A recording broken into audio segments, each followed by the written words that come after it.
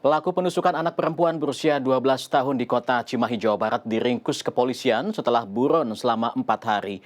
Polisi mengatakan motif dari pelaku adalah pencurian. Atas perbuatannya itu pelaku terancam hukuman mati atau pidana seumur hidup.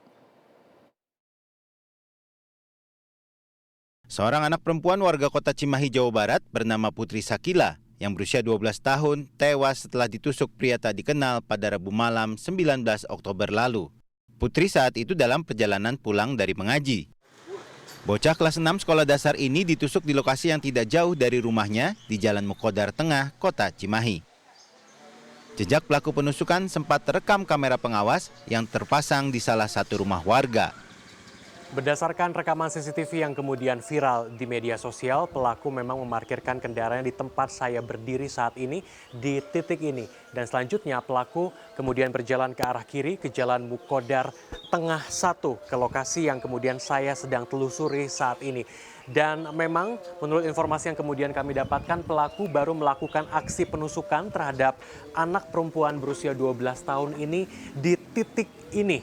Ia melakukan penusukan terhadap bocah tersebut. Bisa dikatakan pelaku melakukan aksinya cukup nekat karena ini merupakan sebuah kawasan padat penduduk. Dan penerangan juga cukup memadai, tepat di sini ada lampu penerangan yang kemudian terlihat. Dan yang disayangkan memang pada saat kejadian kondisi di lokasi ini cukup sepi. Sejumlah warga mengaku tidak ada yang tahu kronologis kejadian penusukan. Namun salah satu warga bernama Tatang yang rumahnya tepat berada di depan tempat kejadian perkara menduga kejadian terjadi sekitar pukul 18.30 malam. Menurut Tatang, saat itu kondisi cuaca sedang gerimis. Tatang mengaku sempat mendengar suara anak perempuan di sekitar rumah tinggalnya. Pak Tatang, ketika kejadian apa yang Bapak dengar mungkin atau apa yang Bapak lihat? Yang cuman dengar aja, kedengarannya cuman mama 3 kali gitu aja. Nggak ada dengar apa-apa lagi, Pak? Enggak aja, sepi gitu. Enggak aja kedengarannya. Menurut penuturan warga lainnya, setelah terjadi penusukan, korban masih bisa berlari sejauh 150 hingga 200 meter sebelum jatuh dan dilarikan ke rumah sakit. Keluarga yang mendengar kejadian langsung bergegas menuju rumah sakit untuk memastikan bahwa benar itu adalah anaknya. Sampainya di rumah sakit, Agung, ayah korban, harus menerima pil pahit. Pihak rumah sakit mengatakan putri pertamanya itu sudah tiada.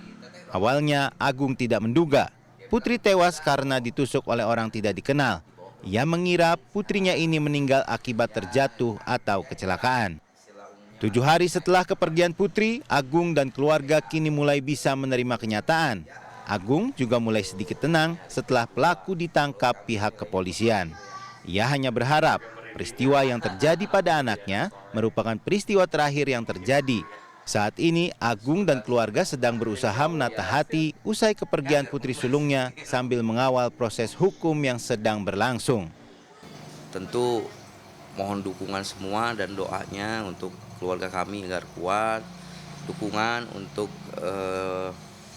ya kalau adil itu milik di atas gitu ya. Tetapi negara kita negara hukum, ya mohon adil itu diberi hukuman sesuai dengan hukum yang berlaku ya. Saya sih serahkan ke pihak kepolisian ya saat ini di tahap itu ya. Selanjutnya mungkin di kejaksaan, pengadilan gitu ya. Itu mungkin harapan saya. Untuk mengetahui perkembangan kasus, saya mendatangi Satuan Reserse Kriminal Polres Kota Cimahi. Kasat Reskrim Polres Cimahi menyebut tersangka berinisial RNG alias Ical berusia 22 tahun. Tersangka merupakan warga Kecamatan Andir, Kota Bandung. Tersangka sempat masuk ke dalam daftar pencarian orang selama 4 hari dan ditangkap di kawasan Geger Kalong, Kota Bandung. Dari hasil penangkapan, sejumlah barang bukti berhasil disita, mulai dari senjata tajam berupa pisau, bukti rekaman CCTV, kendaraan saat melakukan aksi, hingga pakaian. Dikonfirmasi mengenai keterlibatan orang tua tersangka, Kasat Reskrim Cimahi menyebut masih melakukan pendalaman keterangan. Saat ini, status ayah dari tersangka masih saksi. AKP Rizka Fadila menyebutkan motif penusukan adalah pencurian telepon genggam. Awal tersangka dengan beberapa kawannya itu nongkrong-nongkrong sambil minum minuman keras. Kemudian pada saat si tersangka ini mau pinjam HP, Kemudian salah satu saksi ini mengejek lah, masa tahun 2002 ini tidak punya HP. Nah mungkin karena terpengaruh oleh minuman keras, akhirnya terbesitlah niatan tersangka ini untuk memiliki HP, tentunya dengan cara yang tidak benar. Kemudian dia minta izin kepada kawannya buat pinjam motor, yang informasinya itu mau ngambil HP di rumah. Itu sekembalinya di rumah, ya kan, ternyata tersangka mempersenjatai atau membawa sajam itu, ya, untuk bila nanti kalau misalkan dalam penodongan itu ada melawan, nah ini untuk menakut-nakuti. Ical diketahui bekerja sebagai seorang paogah di Jalan Amir Mahmud. Hal itu terlihat dari gambar Ical di aplikasi peta online Google Maps yang diambil pada Juli 2022 lalu. Dalam citra yang ditampilkan, Ical berdiri di persimpangan Jalan Amir Mahmud. Hal ini menjadi petunjuk bagi polisi untuk dikembangkan saat mencari pelaku penusukan dari keterangan sejumlah warga sekitar tempat Ical bekerja. Polisi juga memaparkan fakta lain sehari setelah tersangka melakukan penusukan. Berdasarkan keterangan dari pihak kepolisian, 1 hari setelah pelaku melakukan pembunuhan dan penusukan kepada bocah berusia 12 tahun di kota Cimahi, dengan santainya pelaku masih melakukan aktivitas seperti biasa di titik saya berdiri saat ini, menjadi seorang juru parkir dan juga paogah di kawasan Amir Mahmud, kota Cimahi yang berbatasan langsung dengan wilayah kota Bandung. Ahli hukum pidana Universitas Parahyangan yang juga seorang kriminolog, Agustinus Pohan, menyebut pelaku tergolong nekat melakukan aksinya karena tempat kejadian perkara dilengkapi oleh kamera CCTV dan berlokasi di permukiman padat penduduk. Agustinus Pohan memaparkan kasus ini tidak harus berhenti dari pengungkapan motif, tapi harus diteliti lebih dalam. Jangan berakhir pada oke, kita sudah menangkap, oke, kita sudah akan memproses hukum, ya.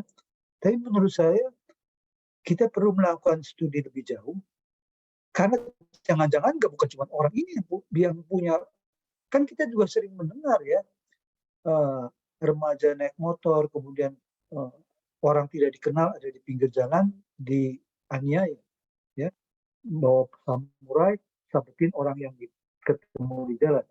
Adakah hubungannya antara mereka yang melakukan kekerasan secara random itu dengan dia? Sehingga kalau iya, maka ini bukan kejahatan penculikan. Karena aksi nekat pelaku itu, Agustinus Pohan juga merekomendasikan untuk dilihat dari segi psikologi untuk mendalami motif yang dilakukan oleh pelaku. Setelah pelaku tertangkap dan juga ditetapkan sebagai tersangka, masih ada sejumlah proses hukum yang akan dilewati, mulai dari verifikasi barang bukti hingga proses peradilan. Kepala Satuan Reserse Kriminal Polres Cimahi mengatakan pelaku penusukan bocah 12 tahun ini disangkakan atau diancam dengan sejumlah pasal berlapis dengan ancaman maksimal hukuman mati atau bahkan penjara seumur hidup. Dari kejadian ini kita tentu saja berharap agar kejadian serupa tidak terjadi dan juga kita harus tetap waspada dimanapun dan kapanpun kita berada. Kiki Haryadi, Sidki Irfan, Cimahi, Jawa Barat.